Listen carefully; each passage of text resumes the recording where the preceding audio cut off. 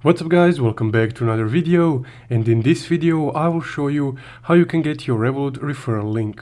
Also, if you guys are looking for a referral link yourself, you can use mine from the description below. That will also give you $40 once you sign up to Revolut. So to find or get your referral link on Revolut app, you would first need to tap on your profile icon in the upper left and then select the referrals tab right here. From there, just go ahead and tap invite friends right here. And to get your link, all you would need to click is just share link right here.